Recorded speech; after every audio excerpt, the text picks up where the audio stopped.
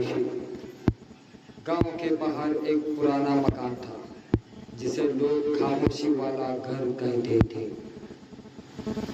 अजीब बात यह थी कि उस घर के पास जाते ही सारी आवाजें गायब हो जाती थी। न पक्षियों की आवाज, न हवा की सरसराहट, न अपने कदमों की आहट, बस एक डरावनी खामोशी। लोग कहते थे कि जो भी उस घर में रात बिताता वह अगली सुबह बोलना भूल जाता है। यूट्यूबर विशाल ने यह कहानी सुनी तो उसने वहां जाकर वीडियो बनाने का फैसला किया।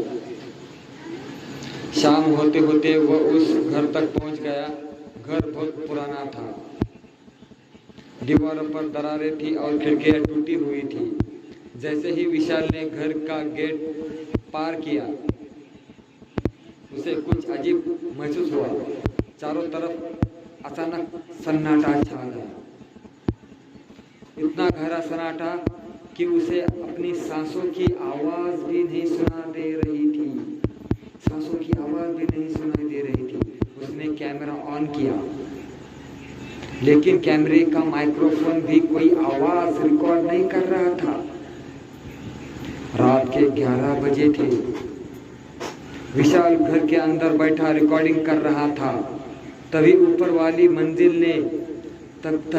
मंजिल से किसी की चलने की आवाज आई। चलने की आवाज एहसास हुआ। उसने आवाज तो नहीं सुनी, लेकिन लकड़ी का फर्श हिलता हुआ दिखाई दिया, जैसे कोई ऊपर चल रहा हो। विशाल टॉर्च लेकर सीढ़ियां चढ़ गया। ऊपर एक लंबा गलियारा था। गलियारे के आखिर में एक बंद कमरा था। दरवाजे पर धूल जमी थी, लेकिन उस धूल पर ताजे पैरों के निशान बने हुए थे। विशाल ने धीरे से दरवाजा खोला।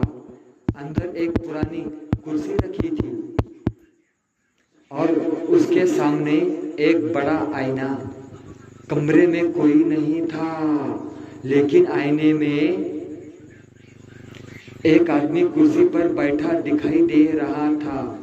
विशाल ने पीछे देखा, कुर्सी खाली थी। फिर आईने में देखा, वहां वही आदमी बैठा था और वहां धीरे धीरे अपना सिर उसकी ओर घुमा रहा था। वो धीरे धीरे अपना सिर उसकी तरफ घुमा रहा था। अचानक पूरे घर की लाइटें बंद हो गई। अंधेरा छा गया। विशाल ने टॉर्च जलाई, लेकिन अब आईने में उसका प्रतिबिंब गायब हुआ था। उसका एक प्रतिबिंब आईने में गायब हो गया था। उसकी जगह वो अजनबी खड़ा था और उसकी उंगली होठों पर थी, जैसे वो कह रहा हो चुप। तभी विशाल को एहसास हुआ कि वह बोल नहीं पा रहा है। उसने चीखने की कोशिश की, लेकिन उसकी आवाज गायब थी। उसके गले से कोई शब्द नहीं निकल रहा था। डर के मारे उसका शरीर कांपने लगा। कमरे के बाहर अचानक दर्जनों परछाइयां दिखाई देने लगी। वे सब बिना आवाज के उसकी ओर बढ़ रही थी। उनके चेहरे नहीं थे, सिर्फ काले खाली गड्ढे, और उनकी सबकी उंगलियां भी होठों पर थी। चुप! विशाल भागकर नीचे आया। मुख्य दरवाजा खोलने की कोशिश की, लेकिन दरवाजा नहीं खुला। घर की हर दीवार पर अब एक ही शब्द लिखा था, खामोशी, खामोशी, खामोशी। रात के 3 बजे थे। उसे ऊपर से किसी बच्चे की रोने की आवाज आई। आवाज सुनाई दी। यह उस घर में पहली आवाज थी जो उसने सुनी थी।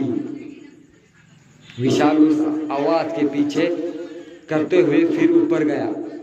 विशाल उस आवाज का पीछा करते हुए ऊपर चला गया। कमरे में पहुंचकर उसने देखा एक छोटा लड़का आईने के सामने खड़ा था। उसने धीरे धीरे पीछे मुड़कर विशाल की ओर देखा और फुसफुसाया, हम सबने आवाज निकाली थी, इसलिए उसने हमारी आवाज हमेशा के लिए छीन ली। अचानक आईना टूट गया और उसके अंदर से काला धुआं निकलने लगा। उस धुएं में सैकड़ों चेहरे दिखाई दे रहे थे। वे सब मदद मांग रहे थे, लेकिन किसी की आवाज नहीं आ रही थी। सुबह गांव वालों ने घर का दरवाजा खोला। अंदर उन्हें विशाल का कैमरा मिला। कैमरे की रिकॉर्डिंग में पूरी रात का वीडियो थी, लेकिन एक भी आवाज नहीं थी। सिर्फ आखिरी फ्रेम में विशाल दिखाई दे रहा था। वो कैमरे की ओर देख रहा था। उसकी आंखें में डर था और उसकी होठों पे धीरे धीरे हिल रहे थे और उसके होठ धीरे धीरे हिल रहे थे और वे कुछ कहना चाहते हो, लेकिन कोई आवाज नहीं आ रही थी। उसके बाद वीडियो हमेशा के लिए बंद हो गई और कहते हैं, आज भी घर के पास जाने वाले लोगों को कभी कभी एक आदमी दिखाई देता है जो दूर खड़ा होकर सिर्फ एक इशारा करता है, उंगली होठों पर रखकर। चुप। चलो दोस्तों, ये कहानी यही खत्म हुई। हा स्टोरी आहे काल्पनिक कथा, कोणता गोष्टीचा कशाचाही काही संबंध नाही मित्र. कमजोर दिल ना देखे, कमजोर मनाचे पाहू नका मित्र. फक्त काल्पनिक कथा आहे, कोणता गोष्टीचा कशाचाही काही संबंध नाही. फक्त मनोरंजन हा व्हिडिओ पहा मित्र. लाईक करा, सबस्क्राईब करा, कमेंट करा, शेअर करा मित्र. Bye bye.